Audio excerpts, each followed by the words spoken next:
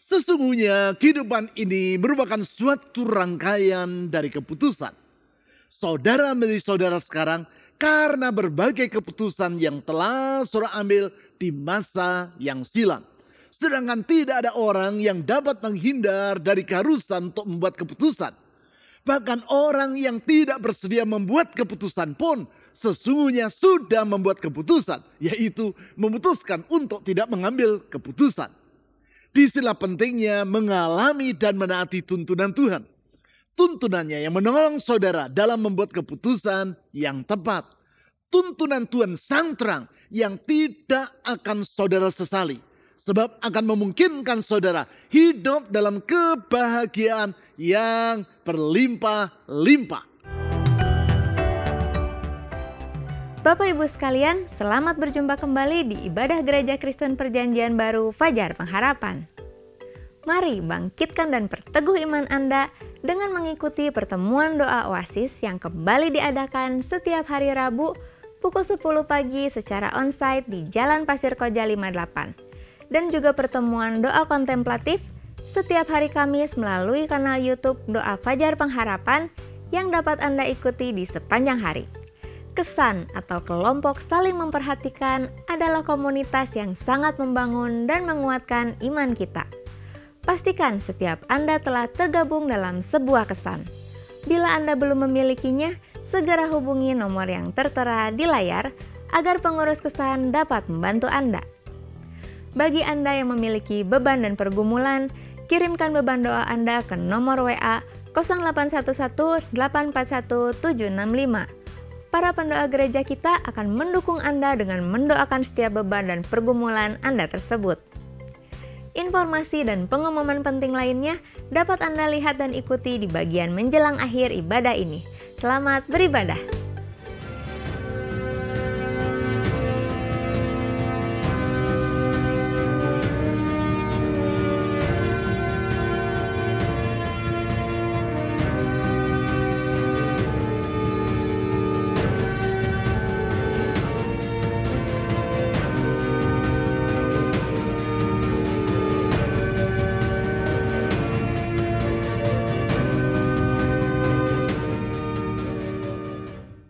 Acap kali saya berkata bahwa kehidupan ini merupakan suatu rangkaian dari keputusan. Atau seperti yang dikatakan oleh Albert Camus, filsuf, penulis dan jurnalis yang sangat terkenal dari Prancis yang hidup di abad yang silam, life is a sum of all your choices. Hidup ini merupakan himpunan dari semua keputusan-keputusan yang saudara buat. Artinya, saudara menjadi saudara sekarang ini karena berbagai keputusan yang telah saudara ambil di masa yang silam. Dalam hal ini, keputusan-keputusan yang benar akan membuahkan kehidupan yang bermakna dan berbahagia. Sedangkan keputusan-keputusan yang keliru akan mengakibatkan kehidupan yang diwarnai dengan penyesalan, bahkan penyesalan yang dapat berkepanjangan. Keputusan-keputusan yang tepat akan menghasilkan kehidupan yang semakin bermutu, produktif, dan limpah dengan sukacita. Itulah kehidupan yang digambarkan dalam kata level up. Kata yang menjadi tema gereja kita untuk tahun ini. Sedangkan keputusan-keputusan yang meleset akan mendatangkan kehidupan yang level down, alias kehidupan yang merosot dan berakhir dalam kesia-siaan. Di saat yang sama, perlu saudara sadari bahwa tidak ada orang yang dapat menghindar dari keharusan untuk membuat keputusan. Suka tidak suka, mau tidak mau, sadar ataupun tidak sadar, setiap hari semua orang harus membuat berbagai keputusan. Mulai dari keputusan tentang hal-hal yang sederhana sampai kepada keputusan-keputusan yang penting. Bahkan orang yang tidak bersedia membuat keputusan pun sesungguhnya sudah membuat keputusan, yaitu memutuskan untuk tidak mengambil keputusan. Selain itu juga perlu diingat bahwa keputusan-keputusan yang nampaknya sederhana dapat mendatangkan dampak yang sangat besar, yaitu yang jauh melampaui apa yang kita perkirakan sebelumnya. Salah satu contoh dari hal tersebut adalah keberadaan gedung gereja kita di kota Bandung ini. Keberadaan dari gedung ini tidak terlepas dari keputusan yang sangat sederhana yang saya ambil beberapa tahun yang lalu. Yang saya maksudkan adalah keputusan menyambut undangan seorang kenalan saya yang mengajak saya untuk minum kopi bersama dengan dirinya di sebuah kafe yang berada di pusat pertokoan di kota Bandung. Kenalan saya ini bukan anggota jemaat dari gereja yang saya gembalakan. Sementara kami berdua duduk menikmati kopi, saya melihat di luar kafe itu seorang pengusaha sedang berjalan melintas. Pengusaha yang juga bukan anggota gereja yang saya gembalakan, sama seperti kenalan saya yang mengajak saya minum kopi tadi. Pengusaha itu menoleh dan melihat saya sedang berada di dalam kafe di pusat pertokoan itu. Entah mengapa ia langsung berbelok dan masuk ke dalam guna menemui saya. Tanpa berbasa-basi pengusaha tersebut berkata kepada saya, "Pak Bambang, ini waktunya bagi Bapak untuk membangun gedung gereja Bapak. Kalau Bapak memerlukan bantuan untuk mengurus izinnya, saya siap membantunya." Dengan merasa agak kebingungan karena tidak menduga bahwa pengusaha tadi akan berkata seperti itu, saya mengucapkan terima kasih kepadanya. Kembali, tanpa berbasa-basi, pengusaha itu langsung berpamitan meninggalkan saya dan kenalan saya mengajak saya minum kopi tadi. Sebelum beranjak keluar, pengusaha tadi berkata lagi, "Sekarang waktunya Pak, bangun gedung gereja Bapak." Karena meyakini bahwa apa yang ia katakan merupakan pesan Tuhan, maka siang itu saya menghubungi para pengurus gereja kita dan mengajak mereka untuk bertemu dengan saya di malam harinya. Di dalam pertemuan tersebut, saya menceritakan kepada para pengurus gereja tentang apa yang dikatakan oleh pengusaha tadi. Singkat kata, malam itu kami bersepakat untuk mengurus izin membangun gedung gereja. 2 bulan kemudian, melalui berbagai tahapan, kita memperoleh izin resmi untuk membangun gedung gereja. Yaitu gedung ibadah yang sekarang kita tempati dan gunakan. Padahal, pada umumnya untuk memperoleh izin membangun gedung gereja adalah luar biasa sukarnya dan memerlukan waktu bertahun-tahun. Namun kalau Tuhan berkehendak, Ia sanggup membuka jalan dan menjadikan semuanya berlangsung dengan mudah. Semua itu dimulai dari langkah yang sangat sederhana, yaitu saya memutuskan untuk menerima undangan minum kopi dari kenalan saya yang bukan anggota jemaat tadi. Entah mengapa hari itu saya duduk menghadap ke arah luar kafe. Sehingga ketika pengusaha yang saya ceritakan tadi berjalan dan menoleh, ia melihat saya berada dalam kafe itu. Kalau saja saat itu saya duduk di kursi yang lain dan menghadap ke arah yang lain, tentu ia tidak akan melihat saya dan peristiwa hari itu tidak akan terjadi. Dengan kata lain dapat dikatakan bahwa keputusan yang sederhana, yaitu menerima undangan untuk minum kopi dan untuk duduk di kursi yang saya duduki di pagi itu, telah membawa dampak yang sangat besar, yaitu izin membangun gedung gereja kita seperti sekarang ini. Bagi sebagian orang, peristiwa itu bisa saja dianggap sebagai suatu kebetulan.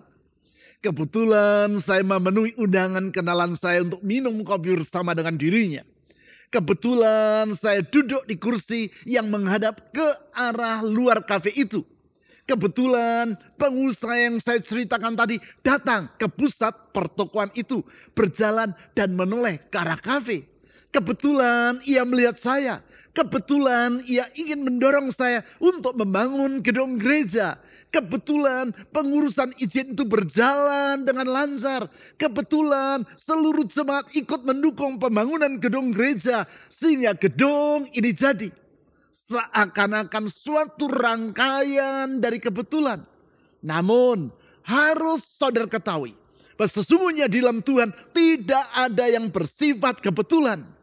Dia adalah Tuhan yang berdaulat dan mengatur segala sesuatu agar rencananya digenapi. Berarti dalam hal ini adalah penting untuk mengalami dan menaati tuntunan Tuhan. Tuntunannya yang menolong saudara dalam membuat keputusan yang tepat. tuntunannya yang seorang alami secara sadar ataupun tanpa sadar. Tuntunan Tuhan yang memungkinkan saudara mengalami kebaikan-kebaikannya di dalam kehidupan saudara. Tuntunan seperti itulah yang Tuhan Yesus janjikan di dalam Yohanes pasal 8 ayat 12. Ayat firman Tuhan yang sangat penting dan yang memberi jaminan bagi kita bahwa mengikuti tuntunan Tuhan akan membuahkan kehidupan yang limpah dengan kebahagiaan. Mari kita baca ayat firman Tuhan tersebut. Dan karena hanya satu ayat saja, maka adalah baik bila kita membacanya 2 kali. Yohanes pasal 8 ayat 12. Yesus berkata lagi kepada mereka, "Akulah terang dunia. Siapa yang mengikut aku, ia tidak akan berjalan dalam kegelapan, melainkan ia akan mempunyai terang kehidupan." Mari kita baca kembali ayat tersebut.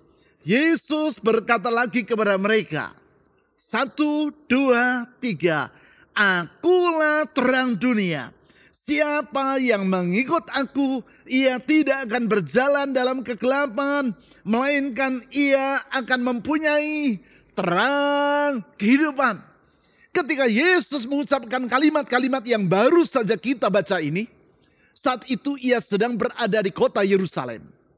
Apabila saudara membaca Injil Yohanes pasal 7, maka saudara akan mengetahui bahwa di saat itu orang-orang Yahudi sedang merayakan Hari Raya Pondok Daun. Itulah salah satu dari 3 perayaan keagamaan yang terpenting yang harus dirayakan oleh orang Yahudi, yaitu sesuai dengan perintah Tuhan di dalam Imamat pasal 23 dan yang ditegaskan ulang di dalam Ulangan pasal 16. Ketiga perayaan tersebut adalah Paskah atau Hari Raya Roti Tidak Beragi, Pentakosta atau Hari Raya 7 Minggu, dan Hari Raya Pondok Daun atau Sukkot. Di dalam perayaan Paskah, orang-orang Yahudi memperingati pertolongan Tuhan dalam membebaskan bangsa Israel dari perbudakan di Mesir. Selanjutnya, di dalam perayaan Pentakosta, mereka memperingati kebaikan Tuhan yang memberi bangsa Israel firman-Nya, yaitu 10 hukum Taurat di Gunung Sinai. Sedangkan di dalam perayaan Pondok Daun, mereka memperingati pemeliharaan Tuhan atas bangsa Israel selama 40 tahun. Yaitu ketika bangsa itu melakukan perjalanan di padang gurun dari Mesir sampai mereka memasuki negeri Kanaan. Di sepanjang perjalanan tersebut, mereka tinggal dalam kemah. Itu sebabnya di dalam perayaan Pondok Daun yang dilaksanakan selama 7 hari tersebut, orang-orang Yahudi tinggal di dalam pondok-pondok yang mereka dirikan di luar rumah mereka. Lebih jauh, apabila saudara membaca Yohanes pasal 8 ayat 2, maka di situ saudara akan melihat bahwa ketika Yesus mengucapkan kalimat-kalimat di ayat 12 yang telah kita baca tadi, di saat itu ia sedang berada di bait Allah. Kepada orang banyak yang datang kepadanya untuk mendengarkan apa yang ia ajarkan, Yesus berkata bahwa dirinya adalah terang dunia. Di samping itu ia juga berkata, apabila orang mengikut dia, maka mereka tidak akan lagi berjalan dalam kegelapan, melainkan akan mempunyai terang kehidupan. Berdasarkan pernyataan Tuhan Yesus ini, maka kita dapat mengambil kesimpulan mengapa kita memerlukan tuntunan Tuhan dalam kehidupan kita. Yaitu karena yang pertama, kita berada di dunia yang gelap. Saya ulangi, kita memerlukan tuntunan Tuhan. Karena yang pertama, kita berada di dunia yang gelap.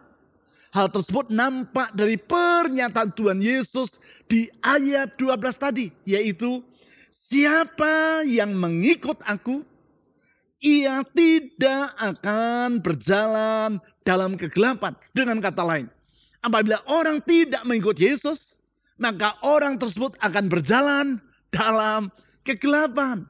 Sebagaimana yang saudara ketahui, orang yang berada dalam kegelapan tidak akan dapat membedakan apakah yang di hadapannya adalah pintu yang terbuka atau dinding yang menghadang. Ia tidak akan mengenali apakah yang ada di depannya merupakan jalan yang datar atau jurang yang dalam.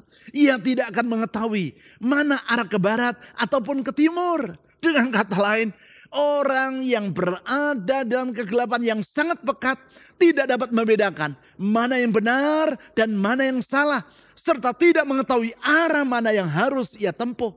Apabila saudara berada dalam situasi seperti itu, maka saudara tidak akan mampu membuat keputusan dan pilihan yang benar. Keputusan yang saudara ambil bisa jadi merupakan keputusan yang keliru dan yang mendatangkan akibat yang fatal. Sedangkan kemajuan teknologi informasi yang berkembang semakin pesat di masa sekarang, bukannya memudahkan orang dalam membuat keputusan, justru mempersulit mereka dalam membuat pilihan. Hal tersebut antara lain ditulis oleh Chris Westphal, seorang konsultan dalam dunia bisnis, dalam majalah Forbes dengan judul Why Even Small Decisions Are Difficult Right Now. Di situ ia menulis bahwa pengalaman dan pengetahuan yang diperoleh di masa lalu sangatlah penting untuk membuat keputusan di masa sekarang. Namun, karena dunia berubah dengan sangat cepat, maka hal-hal yang dipandang tepat di masa lalu belum tentu tetap benar bila diterapkan di masa kini. Sebagai contoh, di masa lalu menyimpan uang dalam deposito di bank merupakan salah satu pilihan yang tepat. Yaitu karena di masa itu bunga deposito masih cukup tinggi. Sedangkan di masa sekarang bunga deposito semakin rendah. Sehingga bila dibandingkan dengan angka inflasi, bisa jadi bila saudara mendepositokan uang pada bank, maka uang saudara bukannya akan semakin bertambah, malah nilainya akan semakin berkurang. Alhasil, untuk menyimpan uang yang saudara miliki agar tidak mendatangkan kerugian, bukan lagi semakin mudah tetapi semakin rumit. Yaitu karena saudara menghadapi berbagai pilihan yang harus saudara ambil. Hal itu hanya salah satu contoh dari semakin tidak mudahnya untuk membuat keputusan di masa sekarang. Sehingga saudara bagaikan orang yang berada di dalam lingkungan yang gelap. Itu baru menyangkut masalah menyimpan uang. Belum lagi keputusan-keputusan yang lain. Dengan semakin banyaknya pilihan, semakin tidak mudah bagi orang untuk membuat keputusan. Sebagai contoh yang lain. Dahulu, kalau saudara akan minum kopi di rumah makan, paling saudara akan ditanya, kopi panas atau dingin, pakai susu atau tidak pakai susu. Itu saja. Sekarang, kalau saudara hendak minum kopi di kafe, pilihannya ada berbagai macam. Mulai dari americano, cappuccino, cafe latte, mochaccino, dan berbagai macam pilihan lainnya. Selain itu, saudara juga masih akan ditanya, mau pakai kopi Sumatera, Toraja, Gayo, atau berbagai macam jenis kopi lainnya. Kalau saudara menambahkan susu ke dalam kopi yang saudara pesan, saudara masih akan ditanya, mau menggunakan susu non-fat, oatmeal, soy milk, atau almond milk.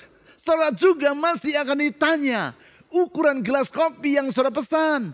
Small, medium, atau large. Mau menggunakan mug atau gelas kertas untuk dibawa pulang. Semakin rumit dan semakin tidak mudah di masa sekarang untuk membuat keputusan. Kondisi ini semakin diperparah karena terjungkalnya tata nilai dalam dunia di mana kita berada. Apa yang dulu dianggap sebagai sikap yang benar di masa sekarang dapat dipandang sebagai hal yang keliru. Sedangkan apa yang melenceng malah dinilai sebagai hal yang tepat. Orang yang bekerja dengan rajin dan jujur justru dipandang sebagai kebodohan. Sedangkan orang yang pandai menjilat, kalaupun ia bermalas-malasan dan menggunakan uang perusahaan untuk kepentingannya sendiri, malah akan dipuji-puji dan dianggap sebagai pribadi yang pantas menjadi panutan. Singkat kata, kita berada di dunia yang gelap dan yang semakin tidak mudah untuk membedakan mana yang benar dan mana yang salah. Semakin tidak mudah bagi orang untuk membuat pilihan yang benar dan manusia hidup bagaikan orang yang kehilangan arah. Alhasil, ia hidup dengan menabrak ke sana dan kemari. Dalam dunia yang seperti itu, kita sangat memerlukan tuntunan Tuhan. Mengapa? Karena yang kedua, Kristus adalah terang dunia. Saya ulangi. Dalam kehidupan ini kita memerlukan tuntunan Tuhan. Karena Kristus adalah terang dunia.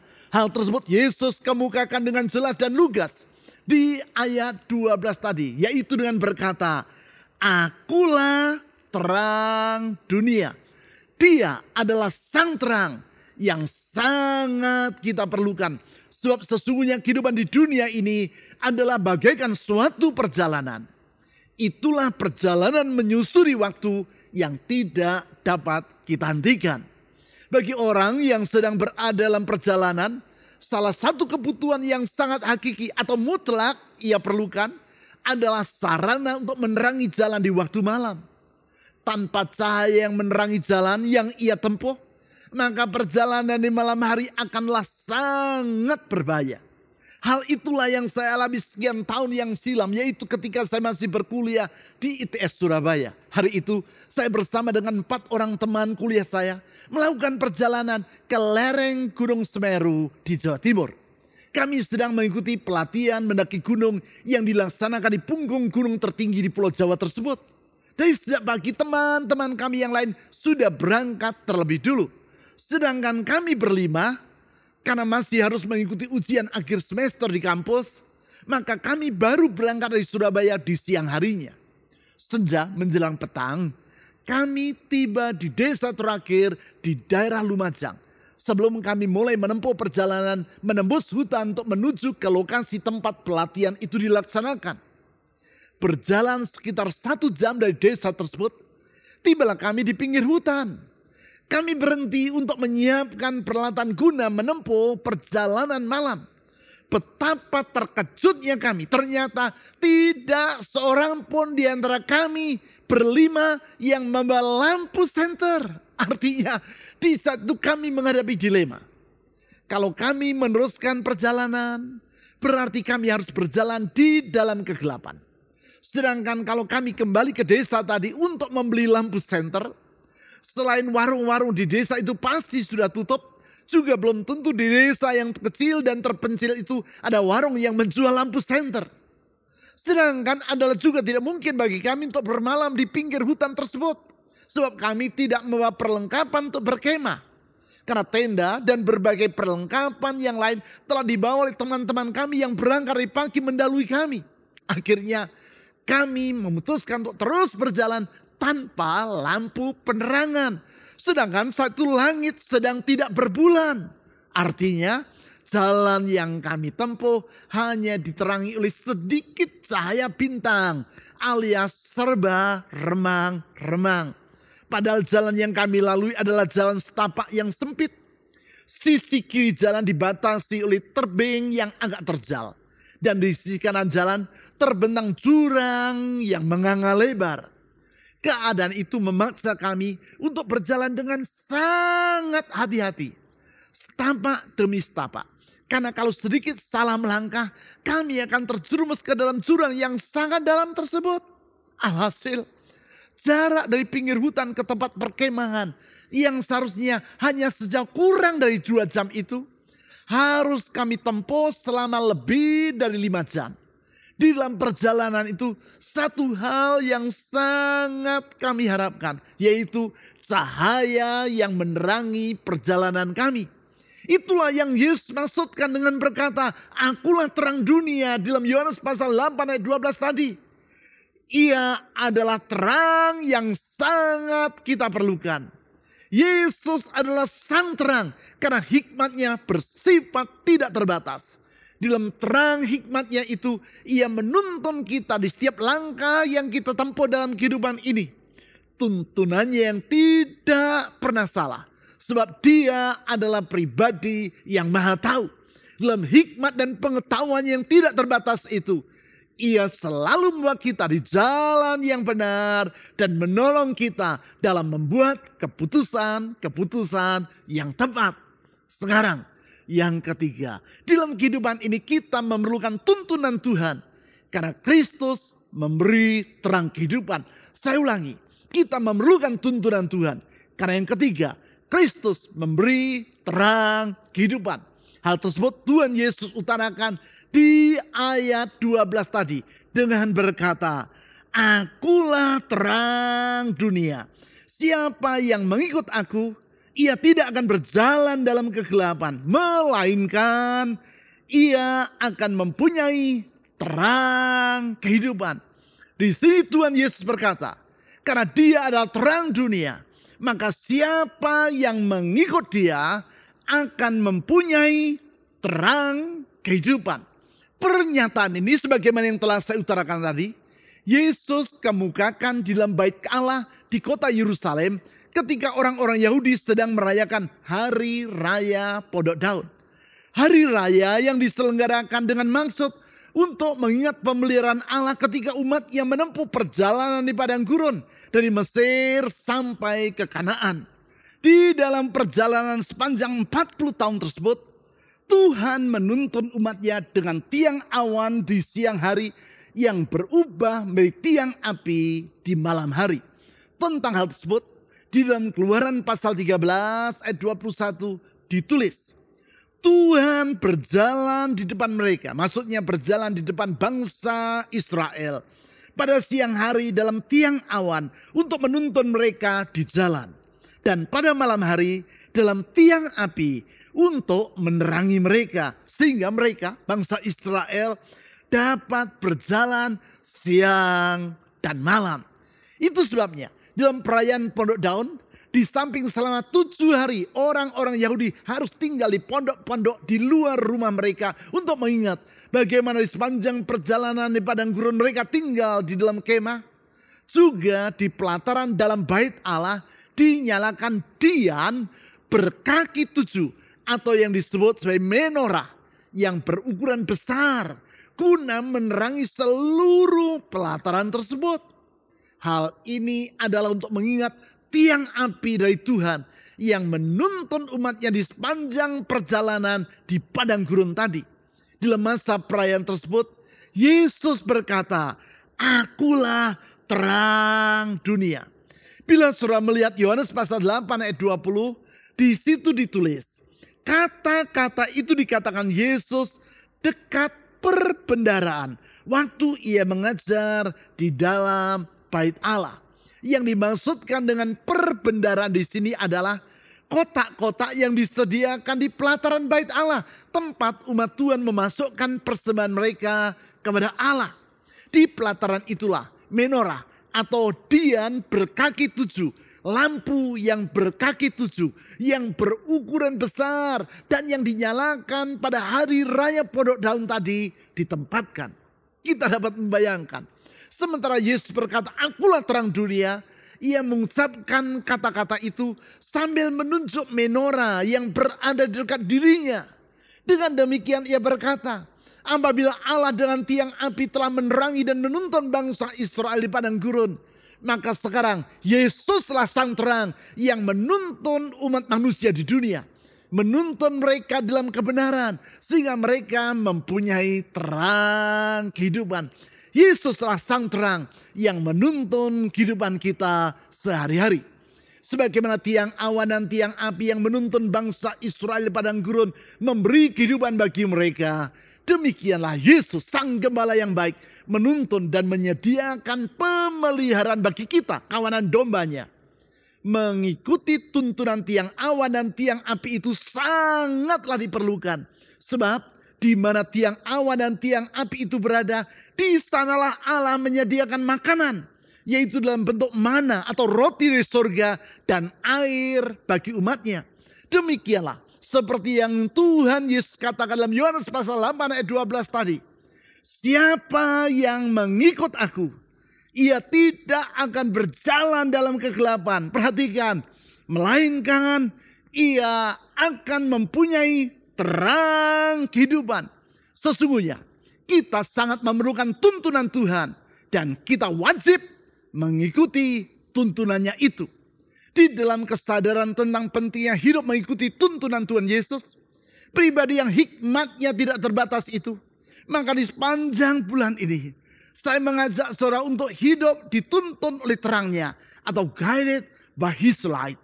Hanya dengan demikian, barulah tahun ini dan di sepanjang kehidupan kita akan mengalami kehidupan yang level up yaitu semakin meningkat dalam sukacita, kebahagiaan, dan kualitas kehidupan.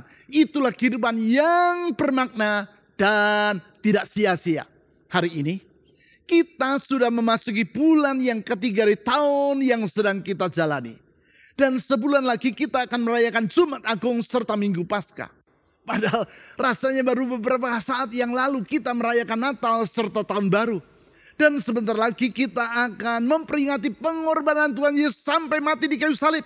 Serta kebangkitannya dari kematian.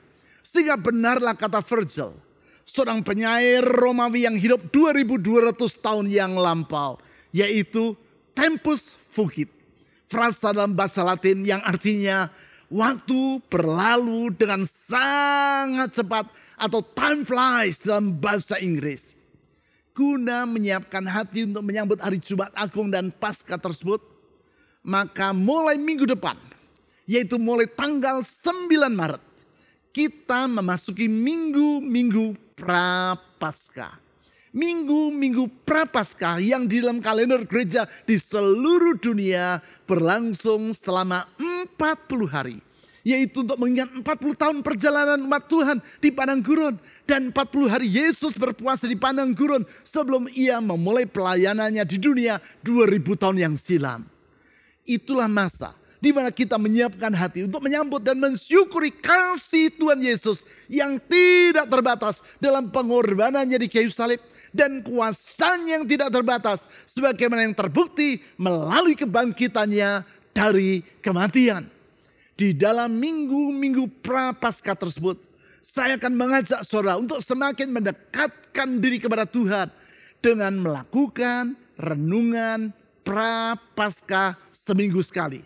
Dan setiap hari pada minggu Prapaskah yang terakhir atau yang juga disebut sebagai Pekan Sengsara Kristus. Bahan renungan akan disediakan secara online dan dapat saudara ikuti mulai pekan yang akan datang. Yaitu mulai tanggal 9 Maret saat kita mulai memasuki minggu Prapaskah yang pertama. Dengan menyadari betapa kita memerlukan tuntunan Tuhan Yesus, sang terang dunia itu. Sekarang mari kita datang kepadanya melalui doa. Tuhan Yesus, kami sadar bahwa dalam kehidupan ini acap kali kami diperhadapkan kepada persimpangan jalan. Dan kami tidak tahu keputusan mana yang harus kami ambil dan pilihan mana yang harus kami buat. Keterbatasan kami mengakibatkan kami tidak tahu pilihan mana yang harus kami ambil. Oleh karena itu betapa kami menyadari dalam hidup ini kami memerlukan terang, yaitu hikmat-Mu. Yaitu dirimu sendiri yang menuntun kami. Bagaikan gembala yang baik yang menuntun kawanan dombanya. Dan kami bersyukur hikmat-Mu tidak terbatas. Engkau maha tahu dan maha berhikmat sehingga tuntunan-Mu tidak pernah keliru. Dalam tuntunan-Mu kami dapat mengambil keputusan-keputusan yang tepat.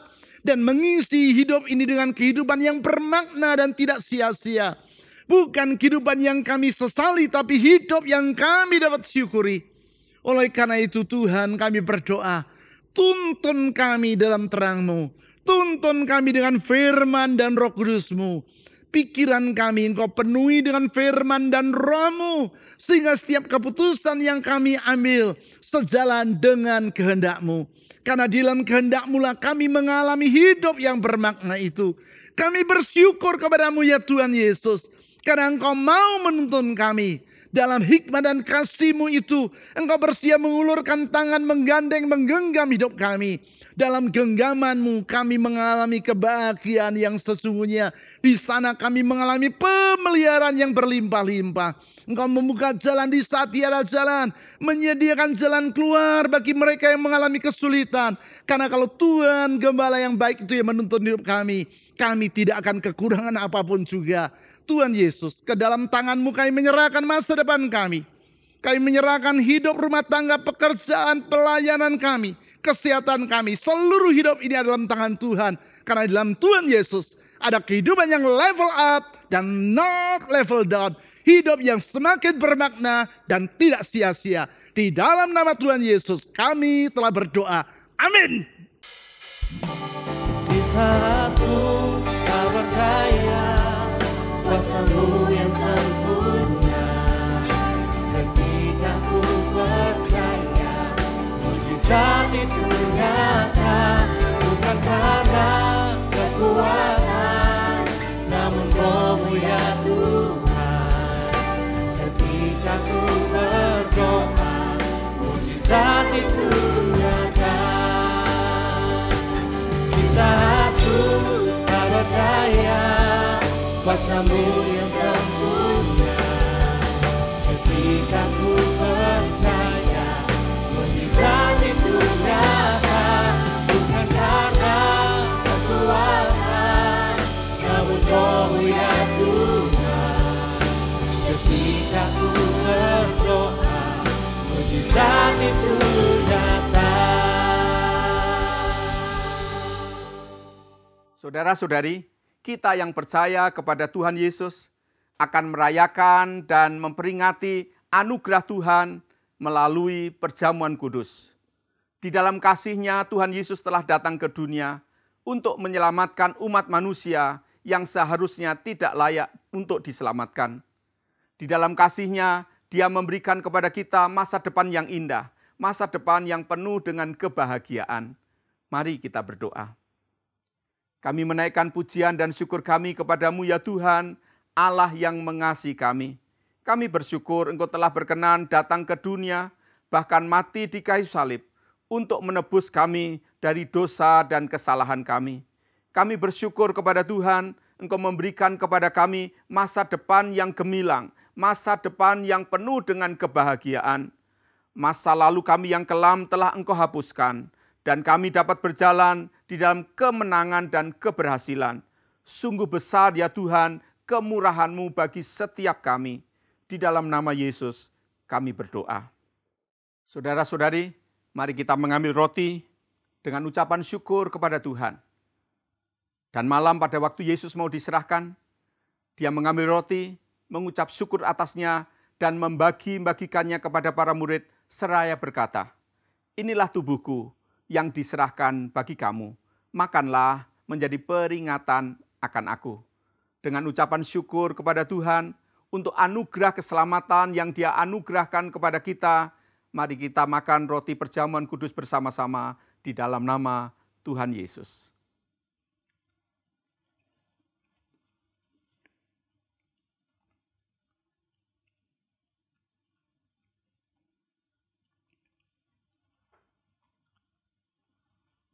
Kita mengangkat anggur perjamuan kudus dengan ucapan syukur kepada Tuhan. Saudara-saudari, karena anugerah-Nya, kita punya masa depan yang indah. Segala sakit penyakit telah Dia sembuhkan. Penderitaan kita Dia gantikan dengan kebahagiaan. Kita yang letih lesu telah Dia berikan kelegaan. Berkat-Nya dilimpahkan atas kehidupan setiap kita. Kemudian Yesus mengambil cawan sesudah makan lalu berkata, "Cawan ini adalah perjanjian baru yang dimeteraikan oleh darahku. Minumlah menjadi peringatan akan aku." Dengan ucapan syukur kepada Tuhan, oleh karena berkat-Nya atas setiap kita, mari kita minum bersama-sama di dalam nama Tuhan Yesus.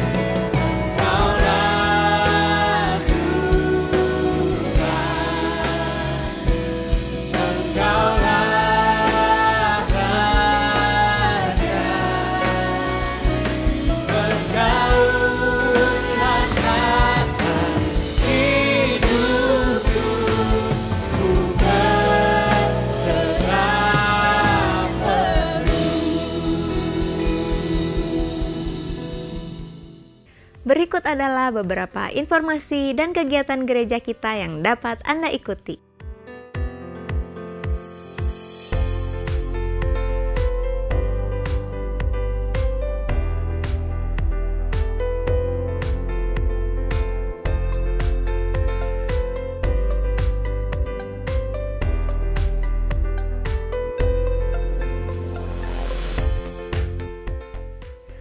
persembahan dan persepuluhan sebagai ungkapan kasih dan syukur kita kepada Tuhan dapat Anda berikan dengan memasukkannya ke dalam kotak persembahan atau melalui rekening bank atau dengan cara men-scan QR Code dengan menggunakan aplikasi dompet digital.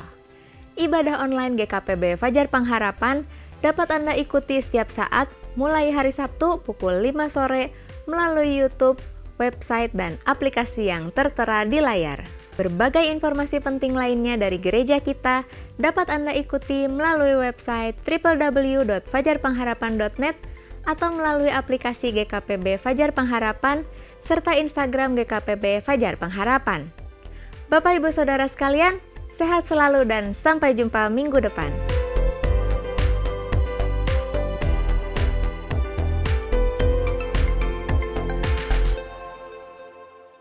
Bapak Ibu, Saudara-saudari, kita mengucap syukur buat pujian dan firman Tuhan yang membangkitkan pengharapan kita kepada Tuhan. Teruslah berharap dan berpegang kepada janji Tuhan. Mari kita akhiri ibadah ini di dalam doa. Kami mengucap syukur atas kehadiran-Mu di dalam ibadah ini. Kami percaya Tuhan tetap menyertai dan menunjukkan kebaikan-Mu di dalam kehidupan kami. Kami menyerahkan semua rencana dan masa depan kami ke dalam tangan-Mu yang kuat. Terjadilah sesuai kehendak-Mu di dalam kehidupan kami. Kami berdoa untuk setiap jemaat Tuhan yang sedang di dalam pergumulan, Engkau berikan kekuatan dan jalan keluar bagi mereka. Di tengah usaha mereka, Engkau berikan keberhasilan, dan bagi mereka yang sedang sakit, Engkau berikan kesembuhan. Bagi yang sedang studi, Tuhan berikan hikmat agar mereka berhasil. Tuhan, kami juga berdoa bagi persembahan yang telah dan akan kami berikan. Engkau yang memberkati semua persembahan yang diberikan oleh umat-Mu. Bapak Ibu, mari kita terima berkat dari Tuhan. Tuhan memberkati dan menyertai rumah tanggamu, pekerjaanmu, studimu dan usahamu. Apa saja yang engkau perbuat akan Tuhan jadikan berhasil. Damai sejahtera akan menyertaimu dimanapun engkau berada. Terimalah berkat ini di dalam nama Tuhan Yesus Kristus. Kami telah berdoa dan mengucap syukur. Amin.